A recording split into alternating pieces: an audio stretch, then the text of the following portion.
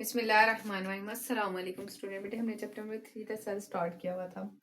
इसमें हमारे previous videos में हमारी जो ऑर्गेनेलीज हैं वो कंप्लीट हुई हैं। आज का हमारा जो टॉपिक है, today our topic is cell specialization. Cell, जैसे कि आप लोगों को पता है सेल क्या है, हर लिविंग ऑर्गेनिज्म के अंदर सेल मौजूद होता है। ठीक है, cell is the basic structure and function unit of life. But what do you know about cell specialization? ठीक है, स्पेशलाइजेशन एक चीज जो अपने काम में माहिर होती है। ठीक है, जो अपना एक साइज रखती है, जो अपने एक शेप रखे और with the passage of time अपने स्ट्रक्चर को यानी कि अपनी बनावट को चेंज कर ले। वो किस लिए ये सारा कुछ करे? क्योंकि वो स्पेशल टास्क है जो बॉडी में परफॉर्म करना चाह रही है, स्पेशल टास्क या डूइंग अ स्पेशल जॉब। सो वो है सेल।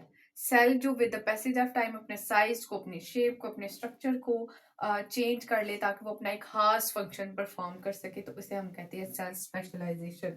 हम कहते हैं ये एक सेल स्पेशलाइजेशन एक ऐसा प्रोसेस है जिसमें सेल की डेवलपमेंट होती है, उसका स्ट्रक्चर, उसका फंक्शन, ताकि वो अपना एक खास काम परफॉर्म कर सके।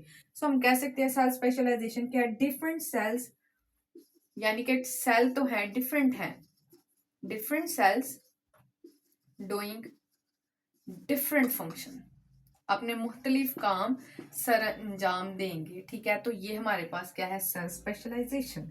अब जाहिर है सेल मल्टी सेलुलर जो ऑर्गेनिज्म होते हैं बेटे, उनके अंदर बहुत सारे डिफरेंट टाइप के सेल्स होते हैं। हर सेल का अपना एक स्पेशल स्ट्रक्चर है, वो अपना एक खास फंक्शन परफॉर्म कर रहा है। लेकिन जब सेल जो सा है वो बनता है डिवीजन के दौरान, वो सारे एक दूसरे से सिमिलर होते हैं, they are similar to each other. यानी उनमें ना साइज का डिफरेंस है, ना शेप का है, ना स्ट्रक्चर का है। आफ्टर देयर फॉर्मेशन, जब वो बन जाता है सेल, तो सेल जो सा बहुत सारे प्रोसेसेस से गुजरता है अपनी स्पेशलाइजेशन के लिए। अब उस प्रोसेस के दौरान सेल जो सा अपनी एक स्पेशल साइज को, अपनी एक स्ट्रक्चर को अटेन करता है, लेता है, यानी कि नेचर से लेता है। As a result they become specialized, तो वो क्या बन जाते हैं, वो एक स्पेशल सेल बन जाता है। ठीक है, जिसमें हमारे पास एग्जांपल आ जाती है रेड ब्लड सेल की। अब ये भी एक सेल है, लेकिन इसका फंक्शन क्या है, इसकी साइज भी चेंज होगा, इसका शेप भी चेंज होगी, और इसका फंक्शन है कि ये ऑक्सीजन को कैरी करता है हमारी बॉडी के अंदर। अगर हम नर्व सेल की बात करें तो नर्व भी एक सेल है, लेकिन इसका काम है मैसेजेस को सेंड करना from one part of the body to another. अगर हम बात करें मसल सेल्स की, तो मसल सेल्स भी हमारे पास क्या है, सेल है, लेकिन वो परफॉर्म क्या कर रहा है, मूवमेंट को, एंड इट सेट्रा। ठीक है, तो बहुत सारे सेल हैं।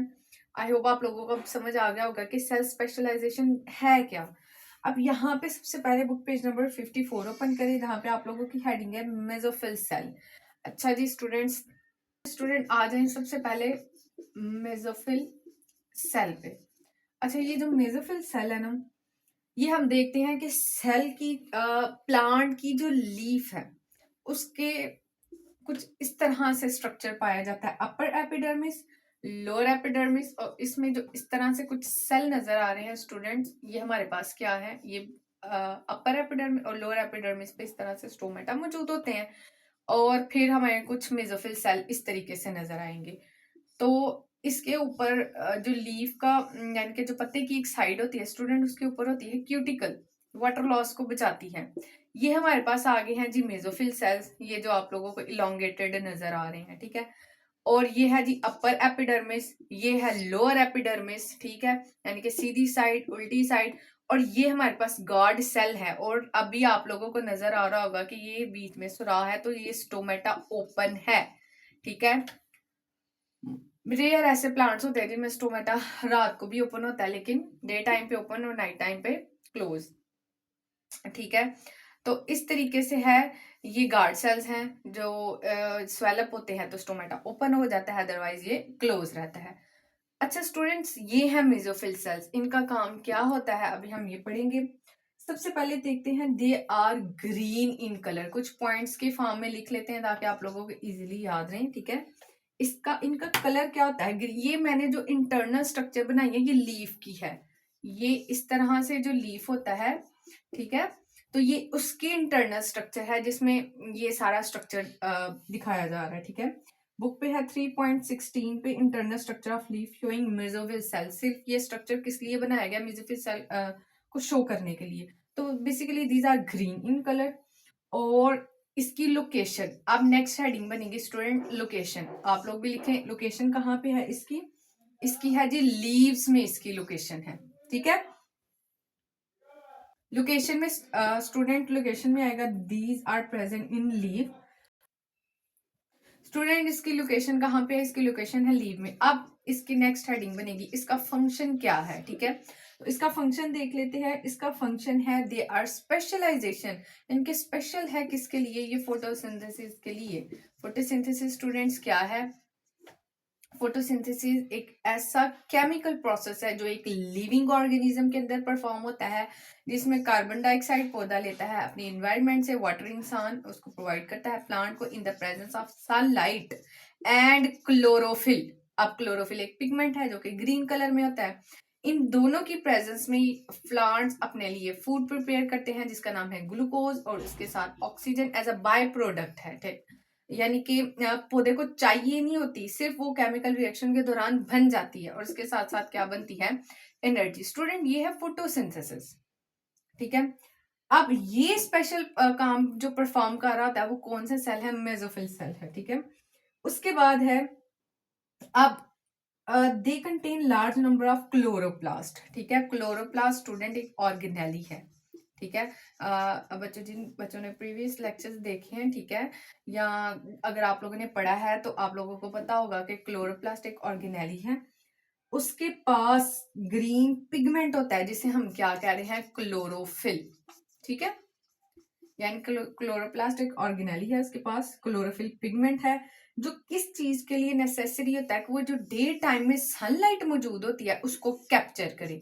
तो इसका जो बेसिकली क्लोरोफिल एक पिगमेंट एक कलर है, तो इस कलर का काम होता है कि कैप्चर करे किसको, सनलाइट को, ठीक हो गया। ये इसका फंक्शन है।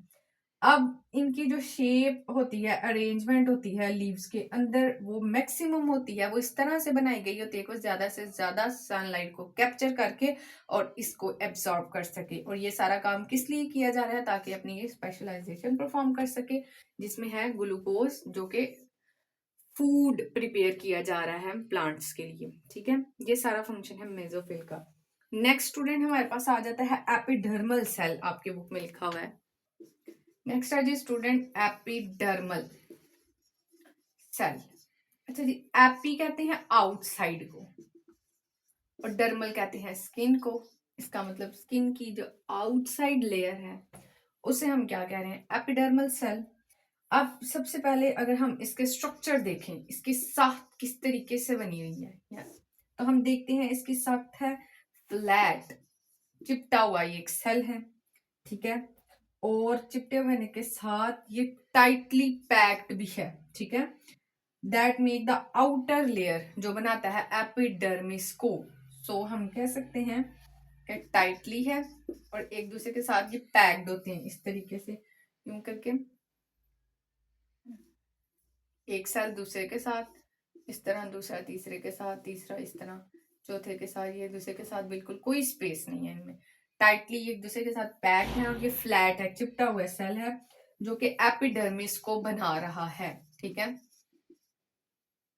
अब प्लांट ऑर्गन की, यानी कि बाहर वाली जो ऊपर वाली जिल्द होती है ना, जो स्किन होती है प्लांट की, जैसे हमारी स्किन है बाहर वाली, ठीक है, तो उसे एपिडर्मिस हम बोलेंगे, ठीक है। अब एपिडर्मिस का काम क्या होता है, इसकी स्पेशलाइजेशन किसमें है, इसका फंक्शन देख लेते हैं स्टूडेंट। नेक्स्ट हेडिंग बनेगी इसके फंक्शन की। तो जाहिर है जो स्किन होता है उसका काम होता है प्रोटेक्ट करना, जैसे हमें हमारी स्किन प्रोटेक्ट कर रही है और हार्श इन्वायरमेंट के लिए, जैसे हम किसी चीज को रैप कर देते हैं ताकि वो प्रोटेक्ट रहे, ठीक है। तो ये प्रोटेक्शन कर रही है किसकी, इंटरनल ऑर्गन्स की, ठीक है। अंदरूनी जो टिश्यूज होते हैं ना, ये उनको प्रोटेक्ट कर रही है, कौन, epidermis. Modified cell epidermis also perform their function. For example जैसे हम बात करते हैं एपिडर्मिस रूट, जैसे यहाँ पे एग्जांपल जो दी गई है ना आपकी बुक में, वो एग्जांपल दी गई है हमारे पास रूट्स की। अब रूट्स के पास ना जो जड़ें होती हैं प्लांट की, अ, वो जो जड़ें होती हैं उनकी जो एपिडर्मिस होती है, जैसे ये इस तरह से करके जड़ें हैं, ठीक है। अब इन जड़ों के पास ना, ये जड़ें हैं हमारे पास, ठीक है, रूट्स के पास, रूट्स हैं ये प्लांट्स की। अब इन जड़ों के पास जो एपिडर्मल टिश्यूज होते हैं, मजीद उनके ऊपर इस तरह से करके ना कुछ स्ट्रक्चर्स निकले हुए होते हैं जिनको हम रूट हेयर्स कहते हैं। अब बेटा in root hairs, these are root hairs, यानी कि जड़ों के बाल निकले हुए होते हैं, बहुत बारीक बीन होते हैं, ठीक है। अब इनका काम क्या होता है, ताकि ये ज्यादा से ज्यादा वाटर को एब्जॉर्ब या मिनरल्स को एब्जॉर्ब कर सकें। जितना ज्यादा एब्जॉर्ब करेंगे उतना ज्यादा इनके पास वो मटेरियल आएगा और उसको यूज करेंगे। अब ये मिट्टी से ज्यादा एब्जॉर्ब करना है, देखें ये इतना सा अगर स्ट्रक्चर सिर्फ ये है, ये 3-4 जड़ें ज्यादा पानी एब्जॉर्ब करेंगी, या ये सरफेस एरिया जो इस साइड से भी, इस साइड से भी, यहाँ से भी, यहाँ से भी जो वाटर को एब्जॉर्ब कर रहा है।